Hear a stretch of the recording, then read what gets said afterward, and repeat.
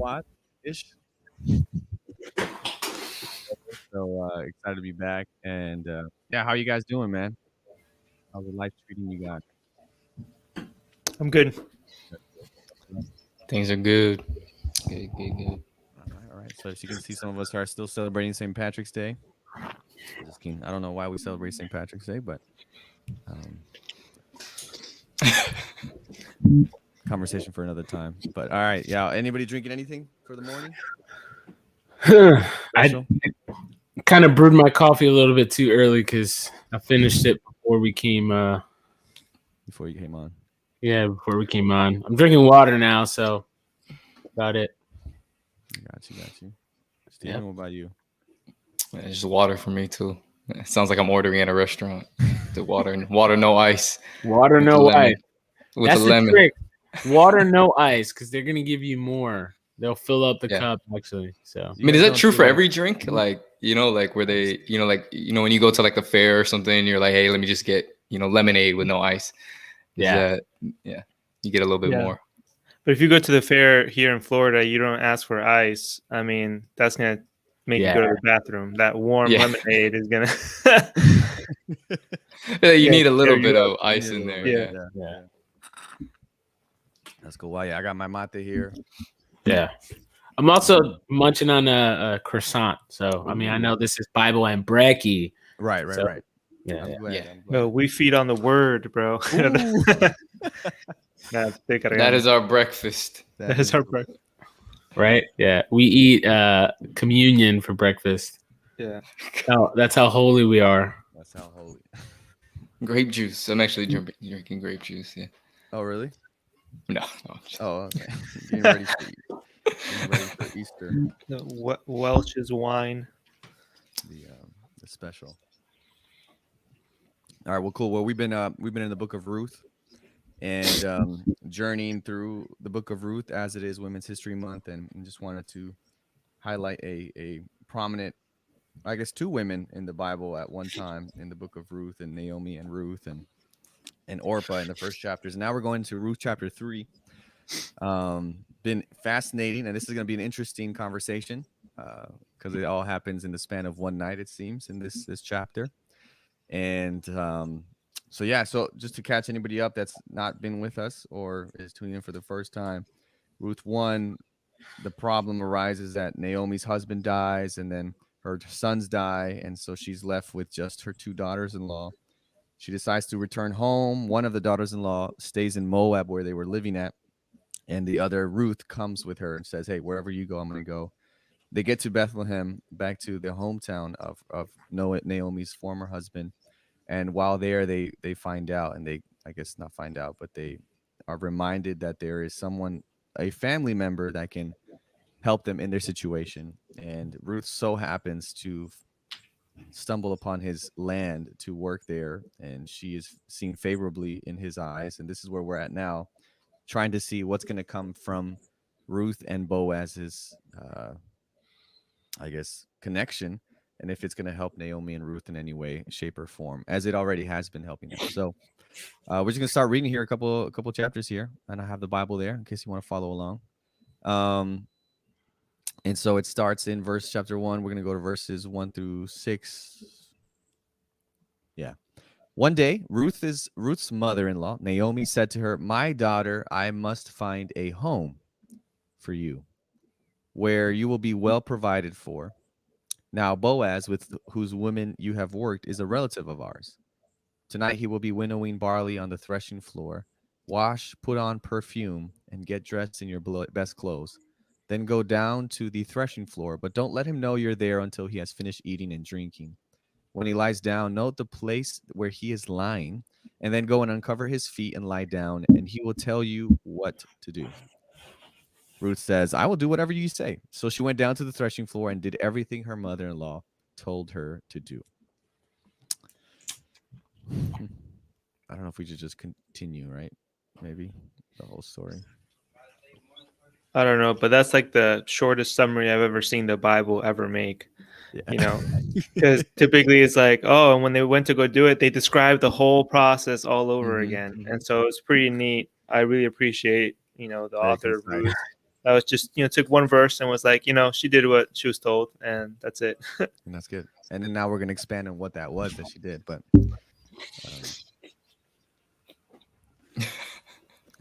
any thoughts here? Any thoughts on this?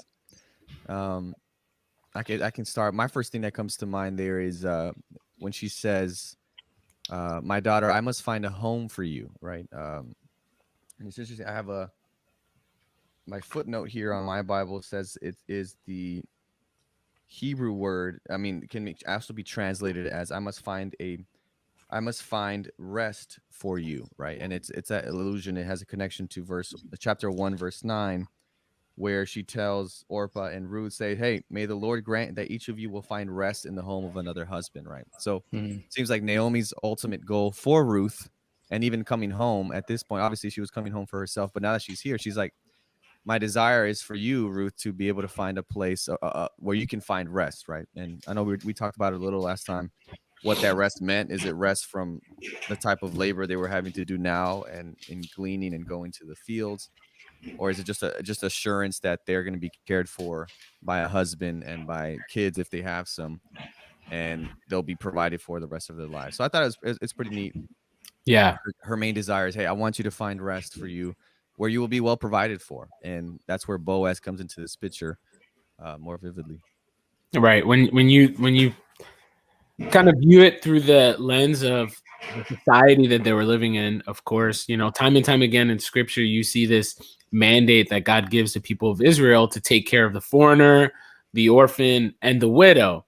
And that was one of the primary focuses because that society had, I guess, a way of marginalizing the widow to the point where she kind of had to survive off of, the scraps of the land, essentially.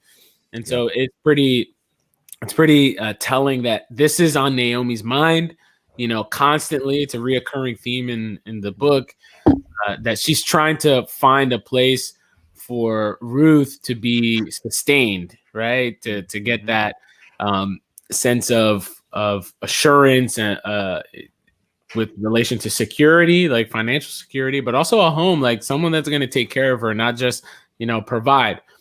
So yeah, that's really important to see. You're kind of seeing like the widow experience directly from the widows, from the women's perspective, and the anxiety that they have. Like, no, like we can't allow this to happen. Like, to just be off of the mercy of what's left over in the fields. Yeah, right.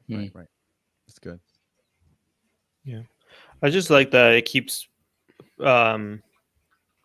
speaking of Ruth as Naomi's daughter-in-law, or Naomi as Ruth's mother-in-law, even like well after we've already covered the whole thing where Naomi kind of relieves them of their oath to her, and still the author seems to be persisting with the idea that even though there was no oath to keep, there was no promise to be kept, there was no commitment to be had, Ruth was still there, putting herself in a position to be obedient to her mother-in-law. And I think that's really interesting because, like we spoke about in the previous chapters, Ruth's identity, at least so far in this book, as she is described as a daughter-in-law, has nothing to do with actual like paperwork or anything that she's said, but more so with how she's choosing to live and what she's choosing to do. And I think that's really cool. And it definitely speaks to our society today, where we're just looking to be called something that we want to be called, or labeled, as some kind of innovative person or content creator or whatever the heck it is that you're after. Here, she's just like, she's living it, So I think that's really cool. Yeah. I like that. It's like they're both taking care, watching out for each other, right? Like she's Naomi's wanting to watch out for Ruth, and Ruth is like trying to always, watch out for Naomi. Even in the previous chapter, when she Mhm. brings extra food home, and it's always like, no, I'm gonna be here with you. I'm gonna, even though my duty per se is done because my husband passed, um, I'm still gonna be faithful to you. So Yeah. I'm wondering, how, because obviously it's thousands of years before Jesus, and we've heard all the sermons about like how this this girl, right, dropped all this like perfume on Jesus' feet Yeah. and all over him, and oh, like then dried his feet with her hair. And every sermon I've ever heard always highlights how perfume is so expensive. It was a whole year's wage, all this stuff. Um, and I don't know how expensive it was during this time or what brand of perfume she had, but it says that go wash and put on some perfume. So they had the resources to get perfume to begin with. So I want to imagine that in the first two chapters, as she's like picking up whatever is left over in the fields, whatever Boaz is just like, hey, make sure enough is available for her to grab as much as she desires. If she's grabbed enough to a point where they're okay financially as two widows, like they're doing Mhm. okay, they're not like in yeah, need of right, anything. And I right. feel like the mention of, put on perfume kind of lets us know that they had an excess, right? They Mhm. had more than enough if they Right. were able to buy certain things like perfume, unless they brought it with them from Moab, but I Yeah. really don't know. Um, and so she doesn't really, I don't feel like there's a need for her to go after Boaz at this time, Yeah. Yeah. Yeah.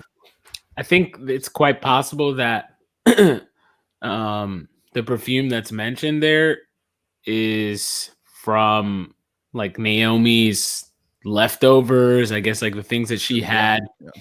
um as a widow, and they brought it with them on this journey.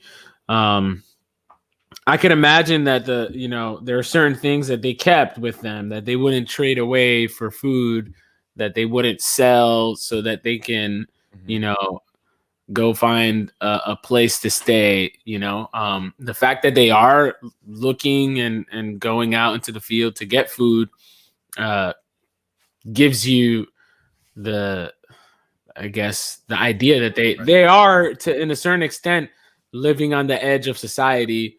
Uh, Mhm. or else they would go directly to their getaway home or whatever Yeah. you want to Yeah. call it.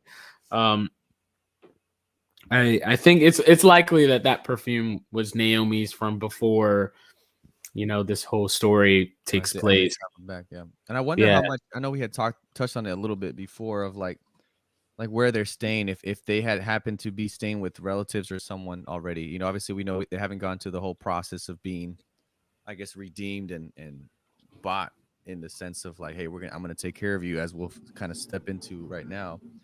But maybe they're staying with the closest of kin, right? And maybe that's kind of how they have some sort of that, or they do have some means and finances that from Moab that they brought with them, or someone's lending them. But yeah, she's putting perfume on. She's getting dressed in her best clothes. So something's coming up, and obviously we can dialogue about what that is. But Yeah. I feel like the elephant in the room when I read Ruth is like, if you were to just read it, right? Obviously it sounds like, like just the what? whole Like what? conversation, right?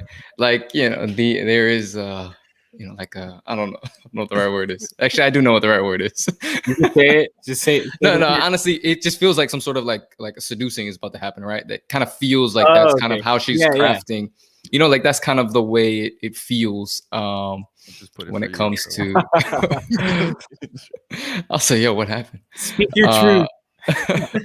no, just because I mean one like the sort of security angle, right? When she, my version says, shall I not seek security for you? And then there's initially sort of jumps to like, hey, this is where he's gonna be. Dress up really nice. My version says anoint yourself as opposed to put on perfume. Mm, And then go to where he's lying down. I mean, if you're going to where somebody's lying down, it feels like you're being led down a path of, you know, something sexual, right? It feels like, at least initially, right? Romantic, and also, obviously, something romantic, something, you know, along those lines. And and it's just kind of where it feels like the story's moving towards. Yeah. No, I get it. Especially like when she like, you know, lies down at his feet and then, you know, uncover his feet. Uncover his feet. And that all feels like there's some kind of, you know, seduction taking place, or like you said, like it seems and it feels like a romantic scene that's going on. Yeah. I wish I knew a little bit more context of what happened when they, you know, did this whole thing with the barley. And I'm guessing like they would lay it down, spread out on the floor for it to dry, and then be like smashed up into like some kind of flour or something. I really don't know. I don't know if you guys are aware of what happened there, but it's just like this text of like, oh, when he lies down, note the place where he is lying. Is like, how what do you mean, like, note the place where he, like, where else could he like be? How many people are on the threshing floor, you know, that you have to know where he's lying down, and so it wasn't just I'm imagining this, obviously, and we haven't read the rest of it, so I don't really know what exactly happens, but I'm just imagining like there's other people around, and that might have seen, you know, her like discreetly or whatever coming in, you know, keeping an eye on things, and then finally when he lays down, all right, I'm gonna follow these instructions and go lay down at his feet. You know, she's exposing herself. Like, this is like I'm imagining, I don't know, like some kind of one of those like Bachelor shows or something like that, where, you know, you have like, you know, you're playing this game where it's like, all right, I'm going to make myself available to the bachelor I want to, you know, be with. But then like you're shooting down all your other chances of being with anyone else because they're seeing what you're doing. So it's like, oh, you only came to me because he said no to you, you know, kind of thing. So she's kind of putting all her eggs in this one basket kind of thing. It reminds me of the story of what is it, Jacob and Rachel and his mom, you know, when they're trying to devise that plan to fool Isaac and say, hey, we're gonna devise this plan. I'm not saying that they had some fool, they wanted to fool Boaz and stuff, but this like this planning, right, of like, okay, we see an opportunity and he seems like a very good man and you're a good woman, and so maybe we can make this work. So but let's just read to see what happens. Wait, hold on. Sorry, you just what you just mentioned kind of sparked something. It doesn't seem like a kind of planning that comes out of nowhere, because at least what the parts that we read, Boaz was being like extremely nice to her, almost like you would say in a flirtatious way. And so it's not like the plan is coming from like, oh, that's a good man. Let's like plan this. Let's trap him. Let's seduce him so that he bends to our will. It's more like, yo, Ruth, this guy's like really interested in you, and you know, if you like him, you know, why not? That's a good point. And so I feel that, you know, that's the same thing in relationships today, where some of your friends may, you know, edge you on and say, hey, yo, she likes you, bro, or hey, yo, he really, you know, likes you. So I think that it comes from that perspective, where it's like there was some kind of like mutual like flirting, perhaps. And I think that's what makes them devise this plan. Yeah. And I mean, go ahead. I do want to add that the plan comes from Naomi. So like the fact that she is the orchestrator behind this, kind of like I love the idea of, you know, the wisdom of the elders being passed down and really being that which kind of allows Ruth to, you know, be put into this position, and you know, eventually in the story, as we'll see it develop more, you know, be secure and, you know, redeemed in the language that they use. I love that, the idea that Naomi's really the one, you know, orchestrating, pulling the strings. She's the older person, you know, When with I was 20, this is what I did. Yeah, And it like, yo, was he's like, look, I know what needs to be done, Right. and this is Yeah. how it's gonna happen. Like, this And is how it's gonna be that done. might be because it's like, I don't know what, obviously we're not familiar with the culture. You don't really do that when you're pursuing a girl or when a guy, Yeah. But I like that, Brian, because it's like, he had already shown his interest in some way that, hey, come eat with me. Let's have dinner. I've, out of all the people picking here, you're the one that's like, and so it's kind of her response to that and saying, hey, I'm going to show that I'm willing to continue in this, Yeah. process. Yeah. He's being a little too nice, like he is. It kind of, you kind of see it. But I do want to add, as you just mentioned, Sebastian, like it seems like, I guess in a society that is more so in their time, but even now as well, that's dominated by patriarchy, right? The man is the center, it's a man's world, all that stuff. And when you think of like interpersonal relationships, especially romantic relationships, the man is usually the one who does the pursuing, right? He's the one that does the initiating, and I love how in Ruth, like that's totally flipped upside down. It's actually, Naomi and Ruth that are doing the initiating. Yeah. Yeah. And it'd be interesting to see what the cultural, obviously we haven't done the research into that, but what the cultural, was this a common cultural thing? What did this mean in that? Obviously for us, we're like, someone gets to your house, uncovers your feet and lies down there. You're like, Yeah. this is your creep. Like, what are you doing here? And so we'll see by Boaz's reaction that it's not necessarily like that, but we're good to move on. Good thoughts. So we'll see what happens here with Boaz and Ruth. So verse 7, when Boaz, so we told Ruth goes and does whatever she's told, what her mother-in-law told her to do. When Boaz had finished eating and drinking and was in good spirits, he went over to lie down at the far end of the grain pile. You know what? And there's a video, and I can show. I was just looking up how they wheat thresh and stuff. So like they break down the. This is just a side note for us to know, but they break down like the sheaves or whatever, and they hit it, and it becomes like little grains and stuff. So it maybe feels like there's just a bunch of grain all over, and maybe that's where they're just resting. Maybe a sign of protection. They're trying to protect the goods so that nobody comes in or whatever. But so he's lying there at the end of the grain pile, so it's all piled up there. Ruth approached quietly because there's probably other guys there too, which is kind of interesting, right? Or maybe she didn't want to wake him up. Or that, yeah. Or both. Or both. Maybe there's men there. Yeah. Which then I think also speaks to Boaz, right? And the type that he's like the owner or the guy in charge, and he's still there working with his men. But Ruth approached quietly, uncovered his feet, and lay down. In the middle of the night, something startled the man. He turned, and there was a woman lying at his feet. "Who are you?" he asked. And she says, "I'm your servant, Ruth." She said, "Spread the corner of your garment over me, since you are a guardian redeemer of our family." "The Lord bless you, my daughter," he replied. "This kindness is greater than that which you showed earlier. You have not run after the younger men, whether rich or poor. And now, my daughter, don't be afraid. I will do for you all you ask. All the people of my town know that you are a woman of noble character.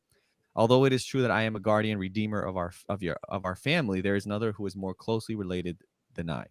Stay here for the night, and in the morning, if he wants to do his duty as your guardian redeemer, good. Let him redeem you. But if he's not willing, as surely as the Lord lives, I will do it. Lie here until morning." So she lay at his feet until morning, but got up before anyone could be recognized. And he said, "No one must know that a woman came to the threshing floor." And so then he also said, "Bring me the shawl you're wearing and hold it out." When she did so, he poured into it 6 measures of barley and placed a bundle on her. And then he went back to town. Very interesting. Very interesting. I was reading some commentaries, and some people, they're trying to figure out what this means to lie at his feet, right? Some will say it's a figure, literal, right? Just at his feet, and uncovered it a little bit, and maybe he felt the cold at night. I don't know. Other people think it's more of a she got closer more to his private parts, and that's what uncovering the feet are, because in other instances it can be the idea is there more of a figurative idea. But I think his response is interesting, right? As we were saying earlier, in verse 10, how, and I think it's interesting how, because it's true, right? She could have gone after any young person in that place, right? Even a young, maybe at this point, the fact that he's bringing this up maybe means that he's not as young as maybe Ruth is. And you know, I don't know if that speaks to, I mean, it may speak to what Ruth's character as well, where she understands kind of this idea of guardian redeemer. And though this is not her people or her culture necessarily, she's really bought into this wholeheartedly. And she says, I'm going to follow even the ways of the land that Naomi is from, because I've decided that whoever your people are, they're my people. Your God is my God. Their way of life and how they do things is is how I do it. And so Naomi's praying for their guardian redeemer to redeem them. And she's like, you know what? I'm going to go along with this way of how things are set up in your people and go with someone that is actually a part of our guardian redeemer. Yeah, I think it's interesting kind of Boaz's reaction, right, to the whole thing, you know, and what he says to her, you know, where he kind of points out, I think it's verse 12, where he says, like, it's true that he is sort of in line of the Redeemer. He's in that succession, but he says that there's somebody closer, that there's somebody else that technically has the rights to be able to do this first. And how he says, well, you know, we have to defer to this, right? Yes, we have to defer to him. And then if he decides not to, then I can. And I think it's interesting, maybe in some ways, I mean, even if you want to go with the thing I was pointing out earlier, you know, Boaz could sort of use this in many ways. One thing we do know about the culture is the men did have more power in the culture. And obviously we see that, unfortunately, in today's society still, in many ways. And he really could have leveraged this moment to do something bad, to sort of ruin her reputation, right? But you still kind of see this continuation of him acknowledging and recognizing the character of Ruth and continuing to treat her with respect. You know, as much, you know, and even then, you know, how he kind of says, I believe in verse 13, where he says, is it verse 14? Let it not be known that the woman had come to the threshing floor. I mean, he knows what that could mean for her, in sort of that context. How she could be viewed, what the reputation could be. I mean, she's already a Moabite woman, so she's already carrying with her so much of a connotation as it is. And so it's just interesting that interaction. And I think too, Boaz, maybe he was flattered a little bit, you know, to kind of be the older guy. Sure, he might have been, you know, flirting or whatever, but he's like, me, you know.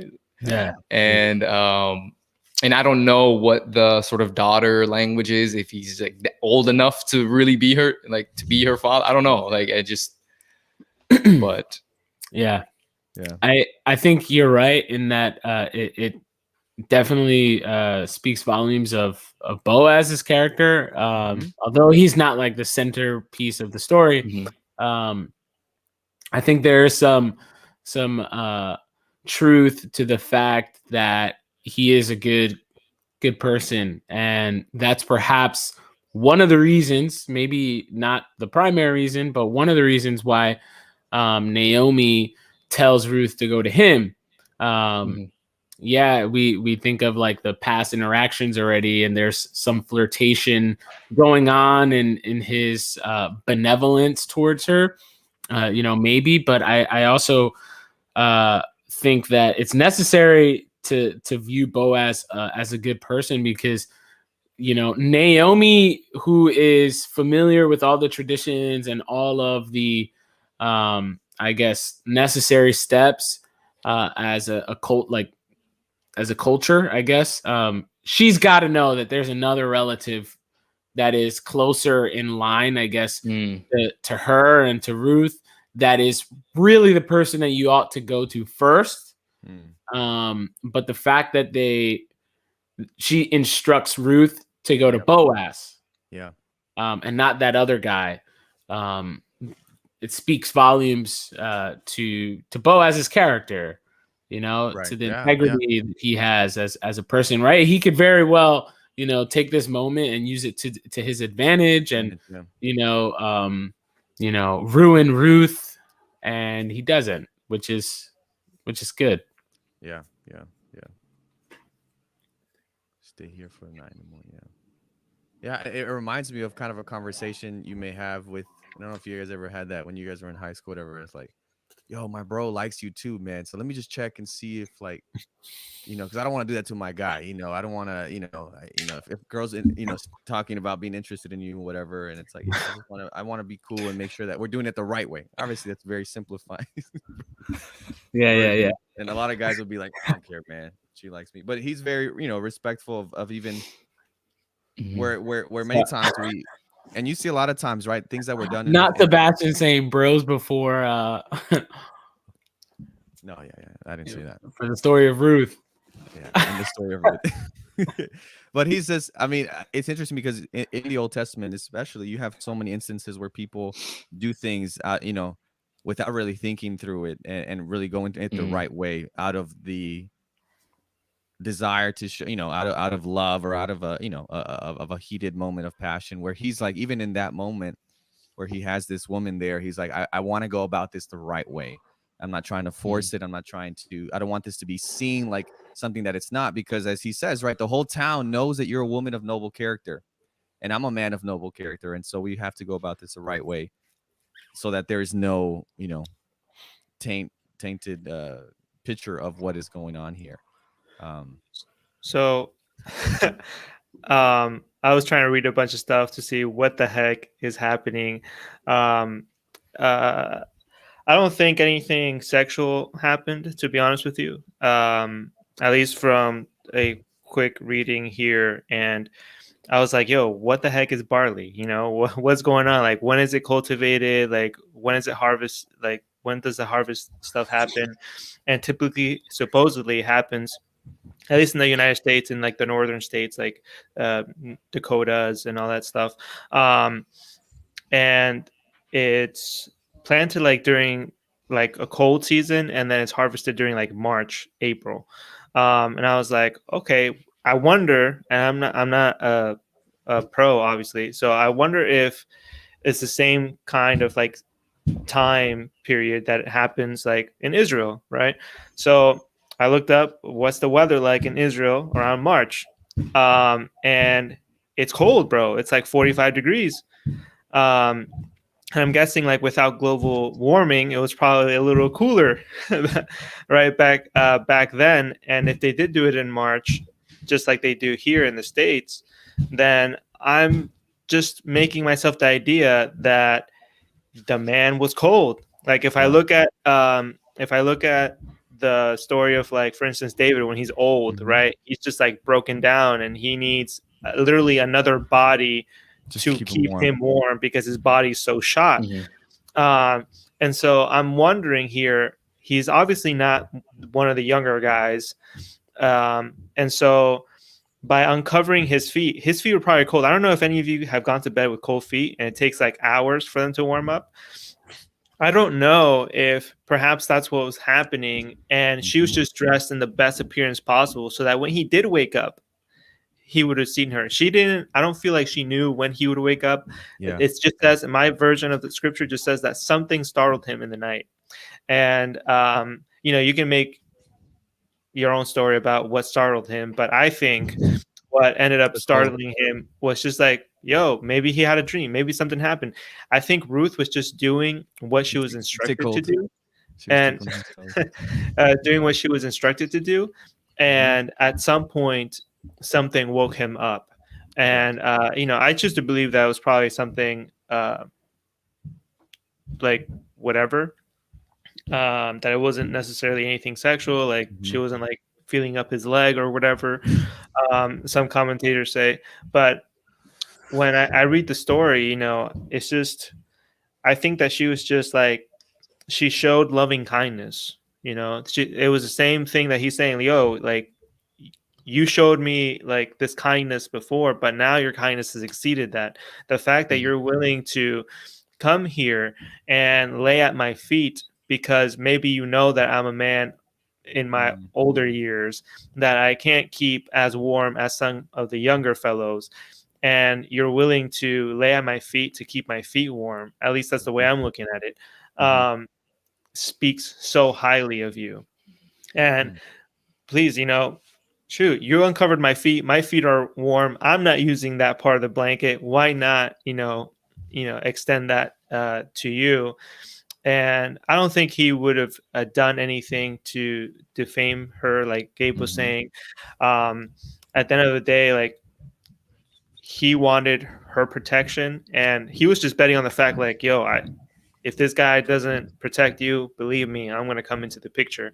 Yeah.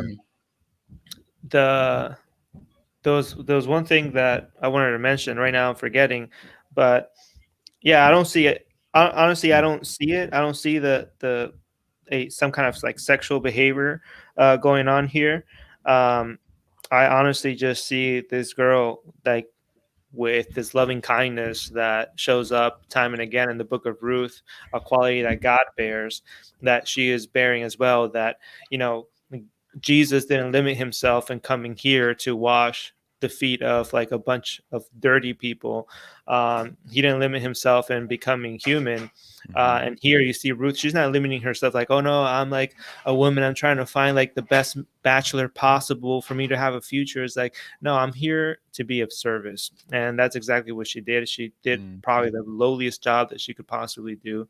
It would have been easy for Boaz just to call one of the women that worked for him, be like, yo, lay at my feet because I'm cold as heck.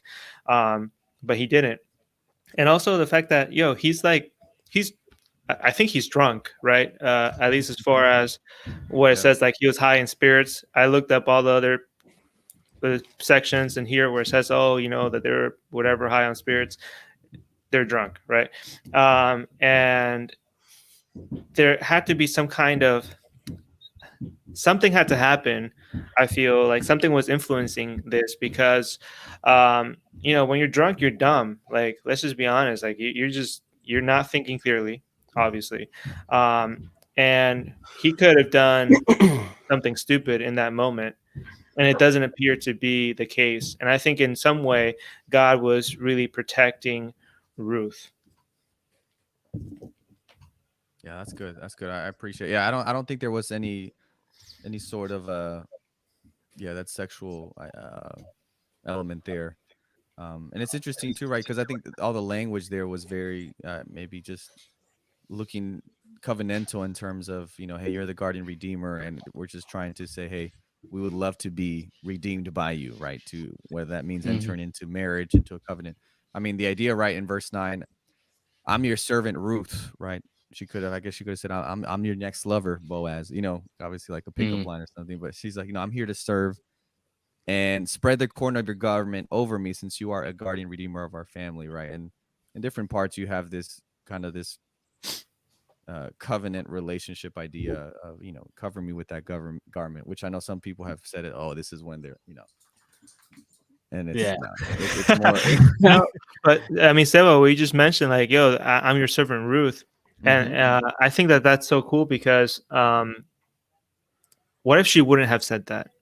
Would he have taken advantage of the situation, right. As a drunk man? And I think that the fact that she stated who she was, obviously maybe it was too dark, it was the middle of the night, he couldn't see, that she stated who she was, he was like, oh, hold on, this is Ruth, let me not mess around, let me not do something dumb.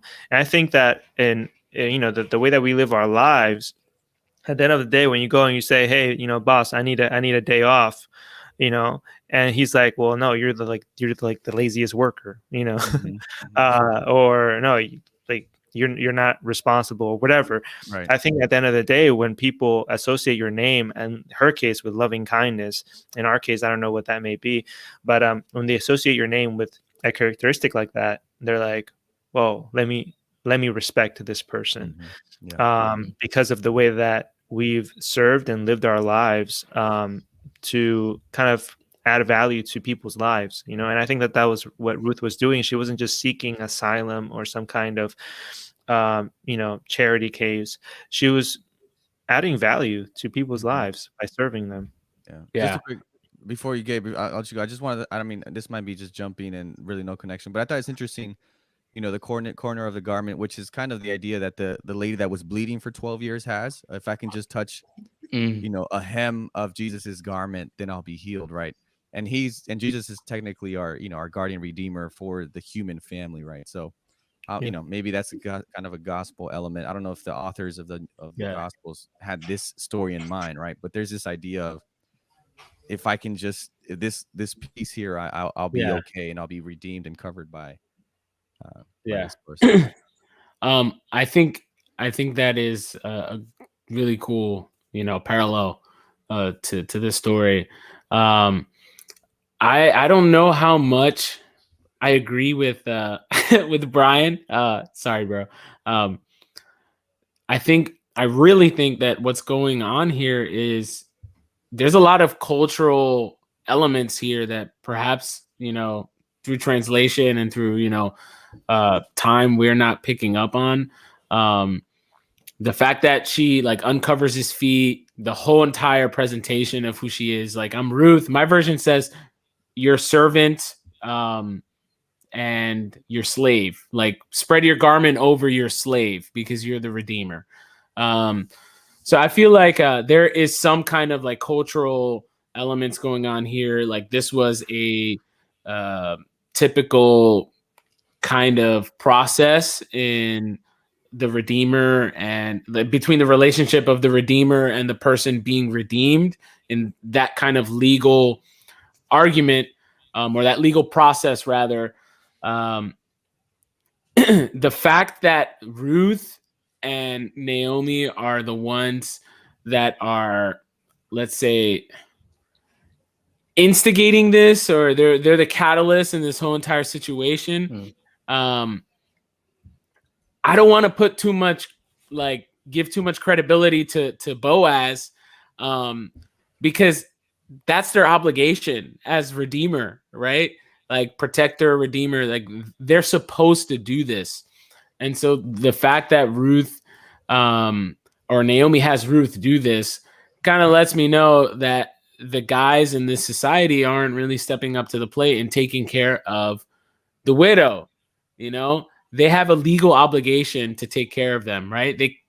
They're living in Moab. Naomi comes back into town, and she's left with her daughter-in-law to go and pick food from, the crop. So I do think, like, this whole entire situation that develops here with this story is more of a reminder, like, hey, you guys can't forget about your duty towards, family, duty, especially to people that are close to you, that are struggling and that aren't, in the center of society. The fact that there's not just one guy who, who has an obligation, but there's two. We find out, with Boaz's response, that there's another who has a legal obligation to you, and his obligation is more, powerful or more binding than my own. So I really think that this is more of a story of two women who are kind of like on the edge of society, and they're reaching out, like, they're desperate. So they reach out to the corner of the, of the garment, and they're trying to get the protection that is technically legally theirs, right? It's supposed to be given to them. But since it's not being given to them, they're reaching out and taking it, essentially. Yeah, but I don't think that Boaz has a legal requirement to take care of these women in particular until the other guy's not willing to, or expresses the fact that he can't. Until that happens, he has no, like, jurisdiction over, like, the fact of, like, oh, I need to be their redeemer. Because if that's the case, Boaz was going to have to redeem, most of the women there in the area. Right. I think you're right. His, like, jurisdiction, he's not the first person to, to go out. But the fact that it's left for Ruth and Naomi to kind of figure this thing out on their own, for me, at least, it speaks volumes. Like, they're the ones that are left to orchestrate this whole entire, jurisdiction kind of taking place, That's a know? good Yeah. point, man. So Yeah. although Boaz isn't next in line, Ruth and Naomi are left to orchestrate this whole entire thing. Right, good but point. it's kind of like how like we're put in situations where we can't do something unless it's explicitly, you know, told to us that we can, you know. So kind of like I think that when it comes to, like, for instance, a Boaz's situation, it's like, yo, I want to help, but I have nothing to hold on to be We have able to to do help it, you. yeah. And now that she kind of showed up to him, is like, yo, I need someone to take care of me. He was like, all right, that's what I needed. So, Yeah. you know, I can take this to court, kind of thing. And he did. I don't think that he had that beforehand. So it, you know, Ruth had to do something. But it reminds me of, like, Christianity and I guess Adventist churches mostly, where we say, you know, we're the people that give, like, this gospel and we want to protect or whatever. And at the end of the day, we get upset when they leave our church. People leave our church to go to another church, and we get all defensive, like, "Oh no, like, that church is not better than mine." And it turns out it's like, no, dude, like, we're not providing what people need. And I think that that's the kind of like the reminder that I'm getting from at least this chapter in Ruth, is the fact, like, yeah, God has called me, you know, to be of help, to add value to people's lives. And if I'm not doing that, they're going to go somewhere else. And I shouldn't be upset about that. That should actually make me say, whoa, you know, darn, like, I need to get my act together and actually live what I preach. And so I really like that reminder in this chapter for sure. That's good. I like that. I like the comments, right? Thanks, Manny, and what you guys are saying. You know, we kind of the context that Ruth begins with, right, in the first verse, in the days when the judges ruled. So we know that's why Boaz seems to be an extraordinary guy, because the way he does things, he's still following the Levitical laws of, hey, you guys can stay and come. It may be that the other Redeemer dude is just like, nah, we don't do that no more. You know, that's that's outdated, right? So The fact that he's allowing them to eat the, you know, the leftovers, and that have obviously he's fallen in his land. and he's shown to be a benevolent and good guy, especially to Ruth. But the way that the workers greet him, and hey, the Lord bless you, and like, bless you too, you know. And so, but it does seem like, I like what you're saying, Gabe, of just this. It's kind of this, you know, Ruth and Naomi are kind of trying to make the process move along. Maybe there's a stalemate. Maybe there's not the guy that's supposed to be going to the course to say, hey, this is Naomi, she's back, I'm next in line, I'm stepping up. He hasn't done this. And so maybe they've had some sort of conversation in the backs and behind the scenes, and maybe they even tried his field before, right? Or who knows? It just really seems like God is seems like there's orchestrating. some kind of negligence going on here. Right. And I think it's a valid point, because we already saw in the time of the judges, people were doing whatever they wanted and not really following God. So this really, even though Boaz is already shown to be a good man, this is like, hey, I'm here. We need this, and I don't mind coming and serving, but you have what I need. And I guess that kind of sounds very, you know, but baby, you got what I need. Yeah, exactly, man. Yeah, in the time of the judges, people did what was right in their eyes. So I think it's beautiful. And he gets up, and instead of saying, hey, oh, I'm in control, I can do whatever, he's like, no, let's stay here till tomorrow in the morning, I'm going to go. And I like that, right? If he wants to do his duty as your guardian, good. That's his responsibility. I'm a man of integrity. I'll let him do it, even though I've already shown interest in some way in having this little dinner with the roasted grain and, you know, little something. I'll let him do. I'm just kidding. And then he'll redeem you. But if he's not willing, he's not even talking about his duty, right? If he just doesn't want to, as you know, making this oath, as surely as the Lord lives, I will do it, right? And again, this to me is a reminder of kind of Ruth's oaths as well to Naomi, right?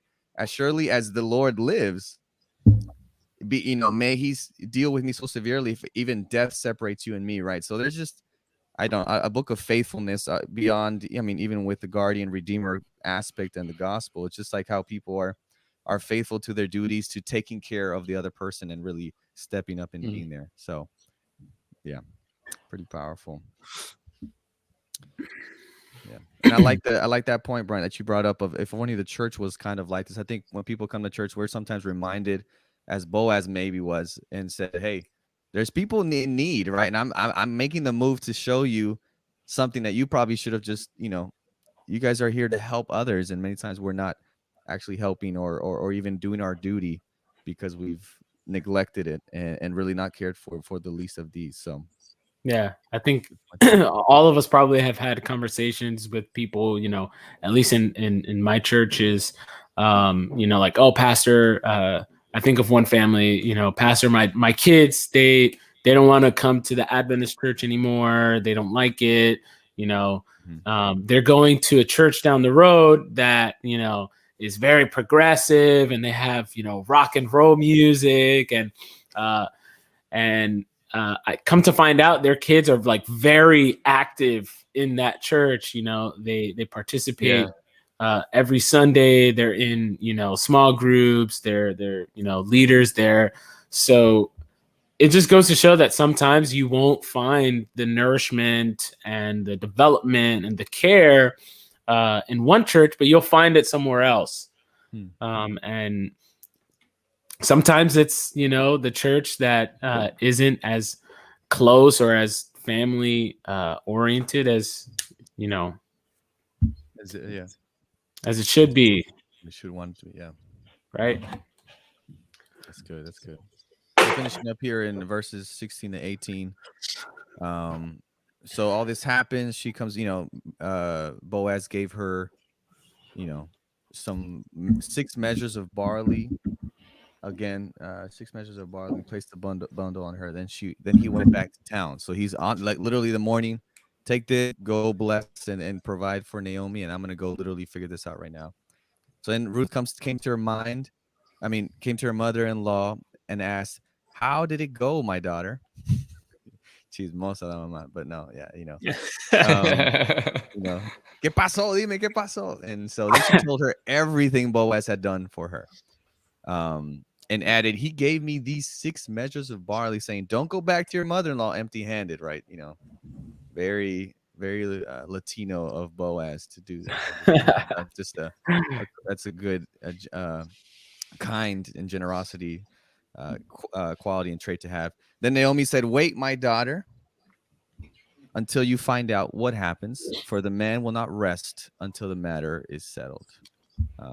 Interesting too, right? Talking about that rest, we're beginning and ending with an idea, but I don't know how significant that is, but it really shows Boaz is, and how Naomi has this insight into kind of how things work, and this guy, he's not going to stop. Now we've done our duty of pointing the need that we have, and he's not going to stop until that's finally done. Yeah, Naomi has. Oh, go ahead. Naomi has a. Oh, yeah, go ahead. In my experience, has less to do with church and more to do with their parents. Their parents are the church. Very good point, right? How many of us have had parents come to us and say, "I need you to save and help my kids"? It's like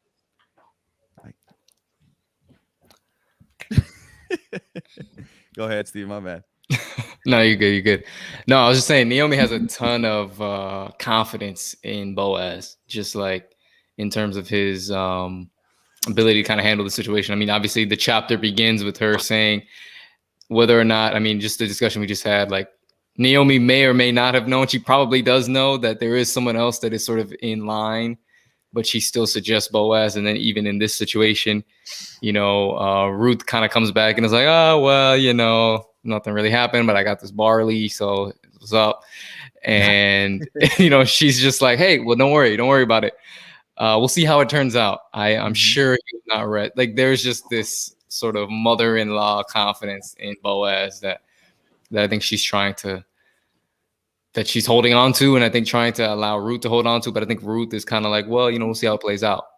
And it's just interesting, sort of the confidence that Naomi has and the view that she has of Boaz is, and whether or not other people, whether it was negligence across the board or, lack of care, that seems to be at play for sure. But Naomi is not placing any sort of faith in this other guy. Like, oh, maybe he'll come through. She's saying, no, wait for Boaz because he won't rest till it plays out. And so it's just interesting, just her. Yeah. It begins and ends with her just sort of reiterating, like, okay, go to Boaz. And then even after she goes, she's like, no, just wait on Boaz, right? It's just this this level that she, that she Yeah. cares. Like, Could it be that she's, just trusting that Boaz is going to figure out a place for them, right? Like someone who will come and, be obligated to Naomi and to Ruth. And whether it's him or not. Whether he will, whether it's Boaz or not. Obviously, ideally they're hoping. You kind of get this sense I hope it's behind the scenes that they do hope that Boaz is the one that's gonna, step up to the plate, and not this other guy, right? So I see that. She kind of has it almost seems like there's a sense of relief at the end of this chapter that this other person, right, Boaz, he's not going to rest, right? Yeah. Whereas like before, like Naomi's just like thinking about rest, like, yo, Ruth, you need a rest. Like we need to get a sense of assurance and a sense of peace. Now that they've done this and just initiated this whole entire process, like now Boaz is the one that's not going to rest until, everything is squared away. That's good. Yeah. Which I think in many ways, no, go ahead, bro. I was just saying, like, it's beautiful at the end of every chapter, right? It's kind of like the first 2 chapters, it's been on them to make sure what their livelihood is and what their future holds. And now it's finally a point where it's like, all right, we can begin that rest, right? Of just like, now it's up to Boaz, and he's not going to stop until it's settled and we are taken care of. And so it's beginning to finally enter into that rest. Yeah. Somebody else is working on their behalf. Yeah. That's good. Yeah. I like how Naomi's she's just a guide, and it doesn't seem like she's taking any credit for what's going on, even though like at the beginning she's like, oh, I need to find a home for you. Like this is about me finding a place for you to rest. But at the end of everything, Ruth is the one that really has to do everything. And then at the end, she's like, wait until you find out what happens. Yeah, and I like that because, man, sometimes ministry is about like you doing everything for other people. And we kind of created this culture within Christianity where things are just done for you, and you don't really have to do anything. That's true, when it comes to salvation, like everything has been done for you. But as far as like you growing as a person and maturing, those things can't be done for you. And I like the fact that Ruth here is just kind of like telling her, hey, do this and do that. And Naomi's telling Ruth, and Ruth is just like, all right, fine. And she does these things. And at the end of the day, it's like you do what you can, and then there's a waiting process. There's a time where everything that you've done has to like kind of catch up to each other, and there's a moment of like processing where finally, the whole file gets kind of put together, and you get your final result, right? You get your video or whatever. And so here she's saying, yo, you need to wait until all the pieces that you've moved kind of come together and make the story come together for you. But I really like the fact that Naomi just acts as a guide. And sometimes I know I feel pressure to say, hey, I need an end result. I need it now. So I'm going to do it myself. I'm going to do this for someone. And really, I don't feel like it's about doing stuff for people. It's just saying, hey, this is a better way of doing this, and seeing how they either pick it up and do it, or they just don't, and that's okay. Yeah. I like that. From a ministry perspective, it kind of teaches you that also, you have to learn the way of the land, right? Culturally, Ruth is kind of like out of her element here, being a Moabite, coming, now to Naomi's land and in her hometown. It could be overwhelming. Like she has no idea what is the process of, doing things. And Naomi acts as that guide to kind of show her like the discreet ways of, exchanging goods, getting food, and eventually, finding a husband. So it's pretty cool that she does have that guide. Often, many of us are left alone by ourselves to figure things out, like to uncover the,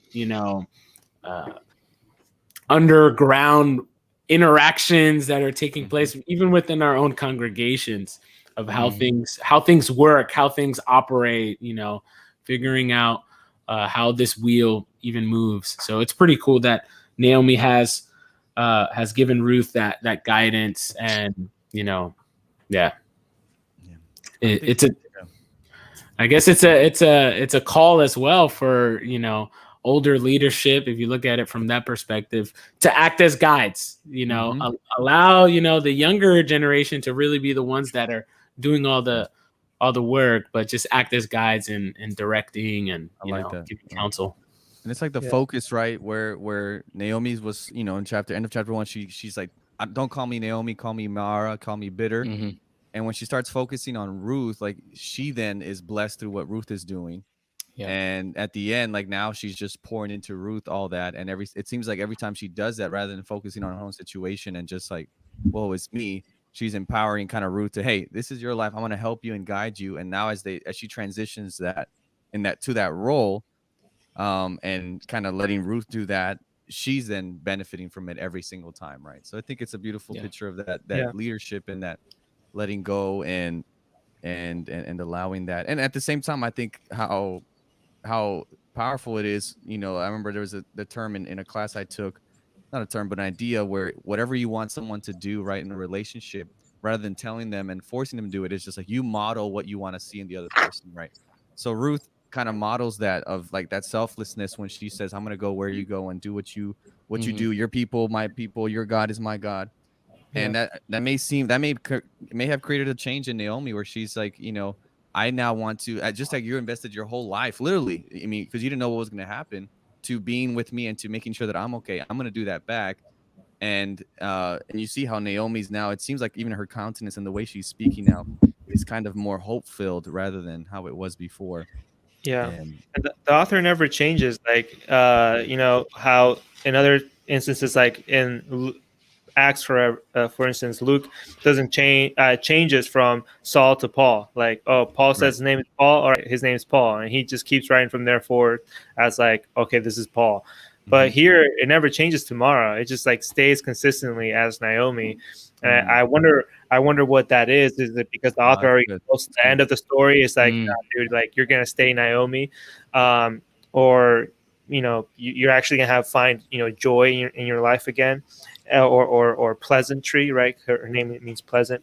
But the other thing that I enjoy about what the discussion about leadership and passing, being guides to the younger generation, I think that sometimes we cop out in that sense of being a guide to the younger generation, because we'll say like, all right, you do it, and we just like completely back out, like, all right, oh, you want young people to do this? All right, cool. So I quit. Get the young person in here to do it, and we don't actually go through the whole like actual guide, discipleship, mentorship process that Scripture obviously dictates that we should do. That this is kind of like Naomi's, I guess. I don't know what she needs to do for Ruth, her obligation to Ruth. Out of Ruth's loving kindness towards her, like you were saying, Seba, to kind of mimic what other people kind of put out for you. And she didn't have to do this. She could have stayed bitter for the rest of her days, just like she said she was. But I think that Ruth's loving kindness is just so contagious. That it's like, no, Ruth, you don't deserve this. Like, you deserve something more. And that's why I feel Naomi constantly striving for Ruth to get more than what a typical widow, especially a foreign widow, from would get given her circumstance. That's good. Yeah, you said some really good stuff there, Brian. Just like, I'm just thinking about, like when she came out and said, "Call me Mara," but now you're seeing like such a shift from that Naomi that existed, right, to now this sort of confident, right? In many ways, like I feel like, just reflecting on this, like it feels like she herself has gone through an evolution in terms of how she understands, herself and her journey, right? Whereas she saw rest as something that was never going to be attainable again, right? You know, rest or hope or any of these things. And her life was going to be Mara, that now all of a sudden, in sort of coming along Ruth in the same way that Ruth came along her, she in the process is now gifting to Ruth this gift of rest, right? Or this gift of hope. And it feels like that's maybe in many ways the central theme of this rest. Two women that have gone through a lot, that have dealt with so much, but are on this journey toward rest. And now you're kind of seeing Naomi kind of shed the sort of Mara label and say, all right, no, like Naomi, they're still pleasant. There's still, this exists within me, and I'm going to gift that back in the form of rest to Ruth, who looked out for me. And that speaks to sort of the generational thing that we were talking about in ministry. You know, it's not that, you know, older people haven't dealt with things, and sure, they may be, you know, cranky and all of that, but man, to be able to utilize that and to pour back into younger people that are dealing with things, that are dealing with certain things, and realizing this overarching theme that everybody is seeking out rest, seeking out the ability to grow and to develop and to achieve what it is that we desire most, and that's rest. And obviously Christ himself said, you know, come to me, those who are weary and heavy laden, and I'll give you rest, and how we need to do that in community. And you're watching them do that, and in the process, they both are growing from that and finding that. So and sometimes we let the moments like that, like what Naomi was going through, define us, right? So she changes her name because of the hardship that she was living. And I love that the author is just like, no, that's not going to define. You know, there's more, which is dope. Yeah. So I love that. That's good. That's the word. Yeah, the importance of journeying with others. You're gonna change your sermon, bro? I might. Yeah. The importance. Don't call me Mara. But beautiful there. Yeah. I mean, just that, you know, that takeaway there of when you're, obviously it doesn't negate the situation that Naomi's in, but when she starts focusing on benefiting Ruth more than, you know, her own situation, as a cause effect is benefited because of that. Right. And so it's like, you know, the power of selflessness, right? And following the footsteps of Jesus, where you're going to be blessed when you're able to bless others and pour into the lives of others. So very good. All right. Our lightning round as we finish up here. Great conversation, guys. I loved it. And then we go into the last chapter of Ruth next week. We'll see what the finale of this soap opera is. I feel like you can make a movie out of this if you but all right. First question here. What are you watching or reading right now? Watching as in the series. Not as in right now, but right now. I'm going to rephrase. I can tell you what I will be watching later on. Pretty sure today is the... You're correct. Yes. The Falcon and the Winter Soldier first episode dropped today on Disney Plus, so definitely we'll be taking a look at that. What I'm reading, I'm reading a book. I've put it down for like the last 2 weeks just because of time purposes, but I'm reading a short book. It's called "The Pastor as a Minor Poet." Pretty good so far. So, talking about this one. That's it, bro. The Pastor as Minor Poet. Yeah, he was trying to get me on that too. I need to get it. Yo, listen, it is so far. It's a phenomenal book. I recommend it for anyone who's doing ministry. So check it out.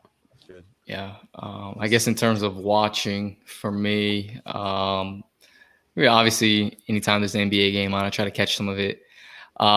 Recently though, we've been on this sort of like throwback around Val and I, and so we've actually been watching Law and Order, like the like the OG stuff, bro, from like 99. Wow. You know, back when I was like 6 years old and I couldn't watch it, you know, so now I'm able to kind of live out that moment. You know, it's super good. I'm kind of, you know, into it. In terms of reading, I kind of read like 4 or 5 books at a time. And never really move as quickly as I would like to.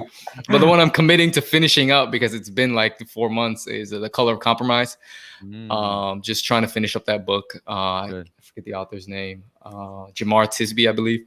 Yeah. Just trying to. We had a book club and it kind of fell off for a little bit, but I'm just trying to finish it up and just super great insights in there. And so it's a super powerful book.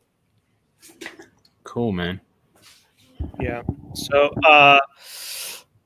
I read here and there depending on what's going on, what our theme for the month here is. But the book that I've been trying to kind of get through is a story brand book. So building a story brand. I know I'm late to the game. This came out a while ago, but I never picked it up, never read it. I didn't feel like I had a need to read it until I got here. My first year here, I realized, all right, man, we gotta build a brand. We gotta label ourselves. We gotta know who we are and build towards a common vision. And so that's kind of like what has been inspiring most of my youth meetings. And so, I've been reading this, but I have other books I've been reading that are, with book club. We're going through a book that I actually already read, but skimming through it again is pretty good.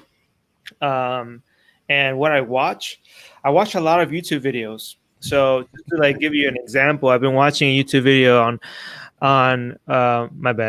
on how the heck to get this working, right? So I have here a USB camera and I'm trying to get it to work, but it's not like syncing my sound right with the visual that you're seeing. And so I've been watching tons of YouTube videos on how to try to do that better. And so far, it's not working. So I've got to keep watching YouTube videos. Which means my audio is off too, huh? Yeah. Just a tad bit, not as much as mic Brian. right there. If you can't see what I'm saying, that's a little better. Yeah. Also, I want to mention I'm gonna be watching. Technically, it starts tonight. March Madness NCAA tournament. Yeah. Who you got? Listen, for the first time, March the Madness. very first time in 30 years, Rutgers University, which is the State University of New Jersey, has qualified for the tournament. They're in the dance. So tonight they play Clemson, which sucks. It's on the Sabbath, so I'm not going to really be paying attention to the game. But the most competitive conference in terms of like rankings, like college basketball rankings, has been the Big Ten, which Rutgers is a part of. They're not the best team in the conference, but if you want to look at teams that are probably going to make deep runs into the tournament, look at Big Ten. You're going to look at Illinois, Michigan, any team that's qualified from the Big Ten, since the competition level has been insane and these teams are like, really well tested, they might run away with the tournament. Other teams, like Baylor, Gonzaga, those are good schools as well. So yeah, I'm gonna go with Loyola Chicago as my Georgetown, which Patrick Ewing, the coach. They actually won the Big East. So I feel like my dark horse to take it is Alabama. I know they're a football team, but their basketball team is nice this year. Yeah. And so I was filling out my bracket, and all of a sudden Alabama was in the championship. All of a sudden. And I was like, well, maybe I should just take him to win it all. Yeah. So I'm gonna go with Baylor just for kicks. That's the Texas in you, bro. That's the Texas in me. And going back to the other one, what I'm watching and reading, I just finished a 3-part series of documentary on called "Murder Among the Mormons." Oh yeah, I watched that, which is pretty interesting. That's on Netflix, right? It's on Netflix, yeah. So it talks about obviously Mormons, but I don't want to give it away, but it's pretty interesting.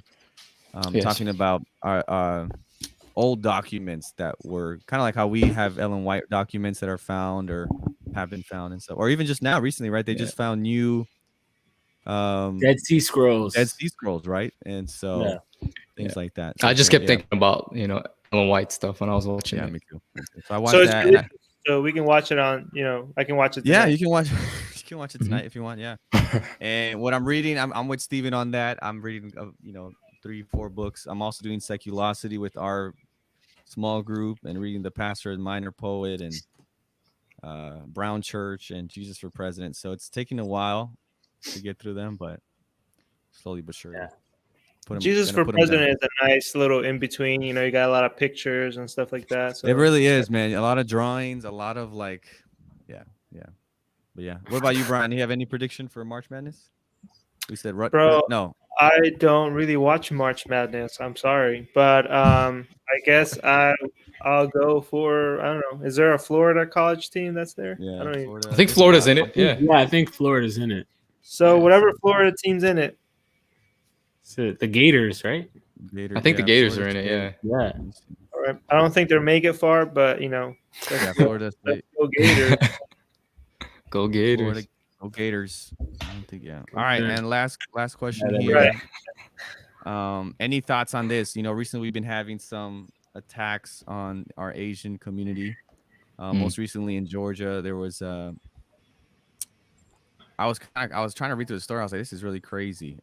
And so a guy that came and drove, and what is it? 8 people now that have been identified as being killed. And so, any thoughts on that?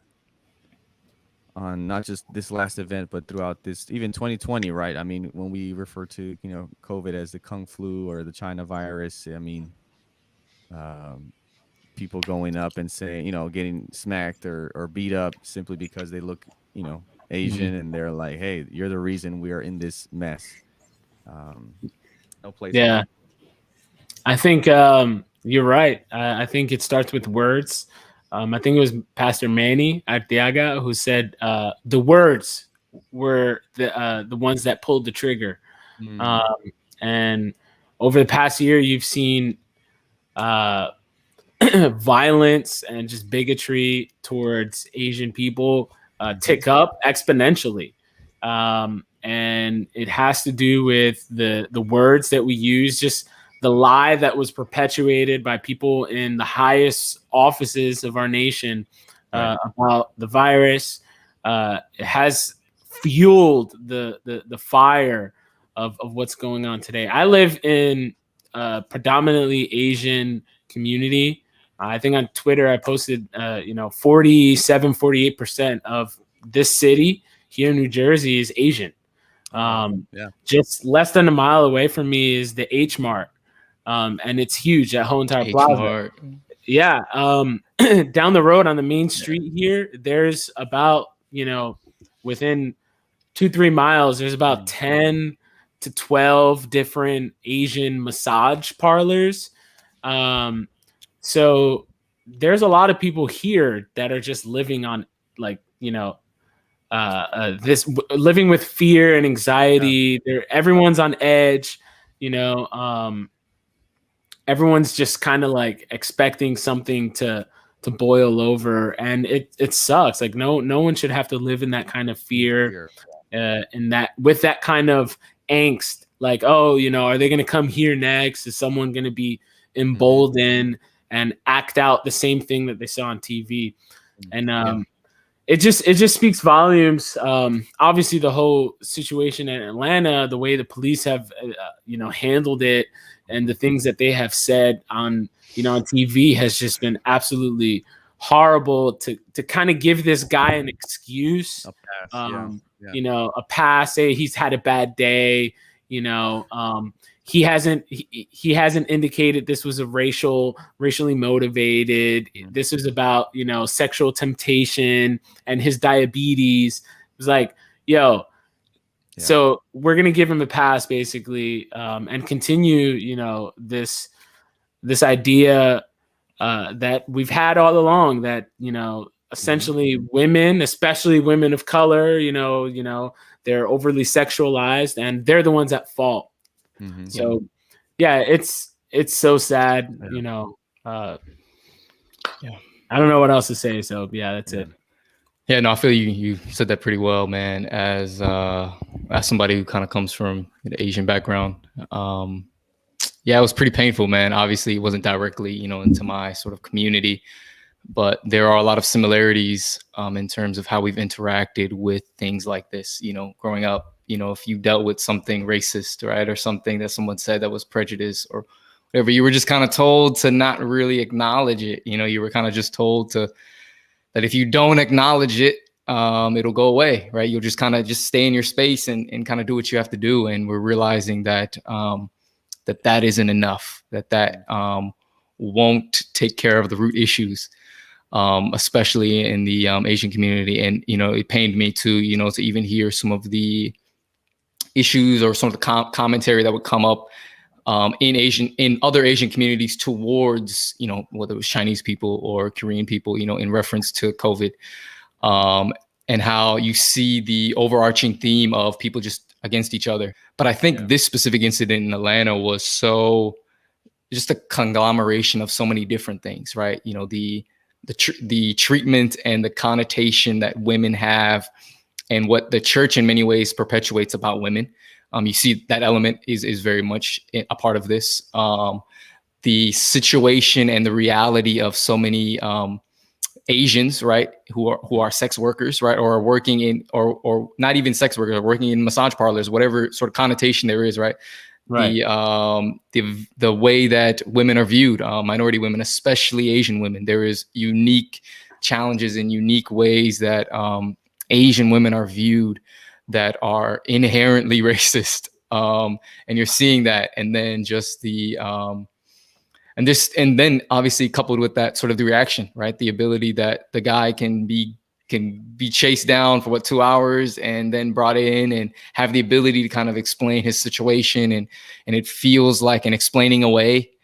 And I think within the Asian community, you almost feel like that is sort of a byproduct of how we, like, those answers are supposed to be satisfactory to us. And I think we've always kind of accepted that. I think historically, like, oh, okay, yeah, it wasn't racist. Okay, we'll just go back to doing what we do.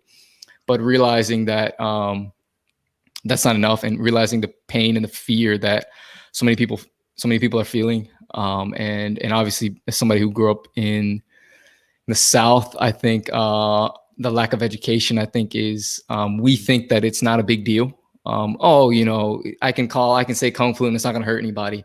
Yeah, to you, it's not going to hurt you.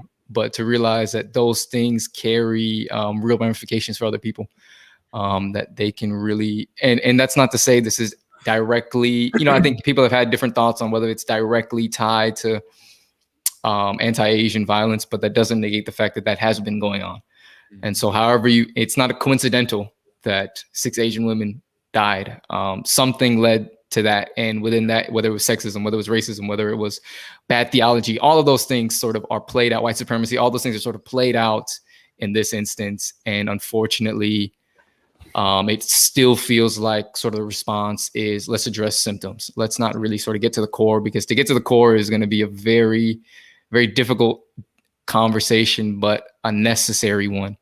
Because it's not just a sort of white and black issue that you've seen in America. It's not just Latino issue. It also includes Asians, which are a huge part of this country's history and the world. So I could talk about it for a while, but I'll kind of stop there. Yeah, just to kind of highlight something that Gabe and Stephen, both of you, brought out, which was this the power of words. And for so long, we've kind of grown up with the fact that ignore what people say so you don't give it power.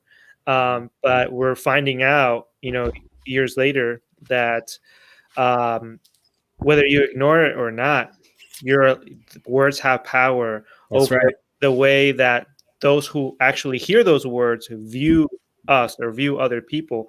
And so I think we need to do away with this sense of like ignoring things, especially things that seem simple, like, oh no, he just said something racist or he just said something sexist. But it's to actually like, let's stop those people in their tracks and address what they said.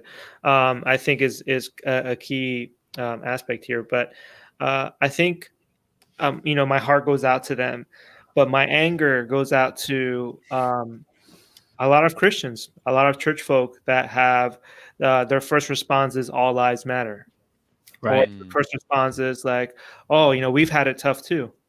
Yeah. And that really, man, that pisses me off. And how dare you And to know that we are so spiritually immature to not realize the value in people's lives, and to know that their story is so different from ours, and what they're going through is nothing like what we've had to go through. I mean, what I can sit here and say, oh, I've had it tough too because I'm an immigrant, just like, you know, some Asians are immigrants. Right. No way, dude. Like, I'm a white man. Like, I look hecka white. Like, there's no way I've had it as tough as other people. And to minimize their pain and their suffering and their loss is just, man, it ticks me off. And that's that angers me, man. But I feel like that's something that just is being brought out by this whole sense of like, you know, need for social justice throughout our nation. That Christians are not there to help, man. Most Christians are not there to help. Yeah. We're just usually on the other side. We're just, I mean, you look at this story, right? You know, not only are we often silent and or, you know, neutral, but this guy, like this dude, you know, that killed all these people, you know, terrorists, who, you know, we should rightly call. He's a domestic terrorist, man. His dad is a pastor. There you go.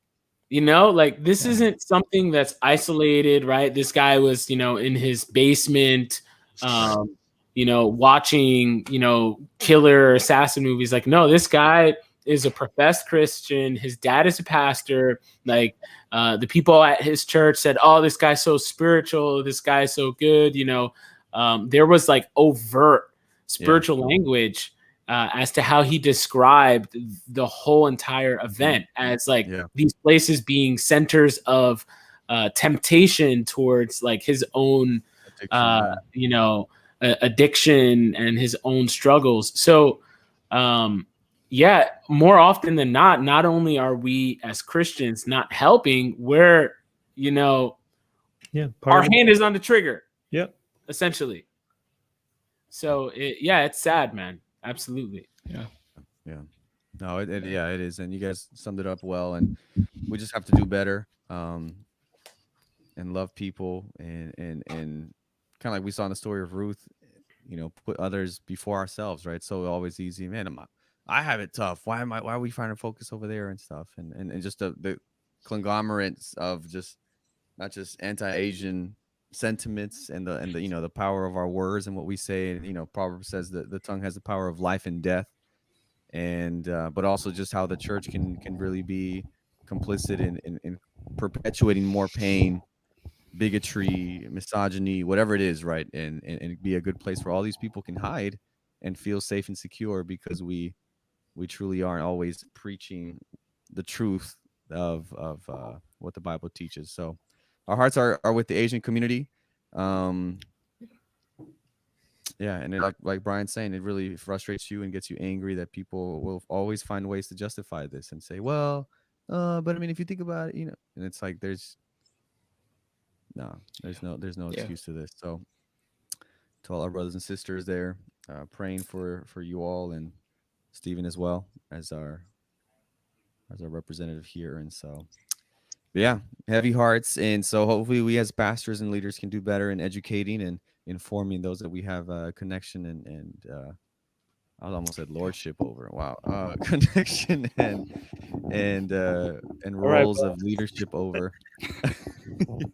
Kinship over. That the church may become a place where we don't tolerate this, you know. This is the wrong thing that we should be tolerating, and that we may be quick to condemn this and really stay on the side of those that are oppressed and hurt and ostracized and persecuted, right? Because those are the ones that are inheriting the kingdom of heaven. It's not those that are persecuting or, you know, denying the persecution, but it's those that are persecuted who deserve and who receive. So may we be on the right side of the kingdom. Awesome, guys. Well, thank you for the conversation. Hope everyone has a good weekend, and we'll see you next week as we finish the book of Ruth.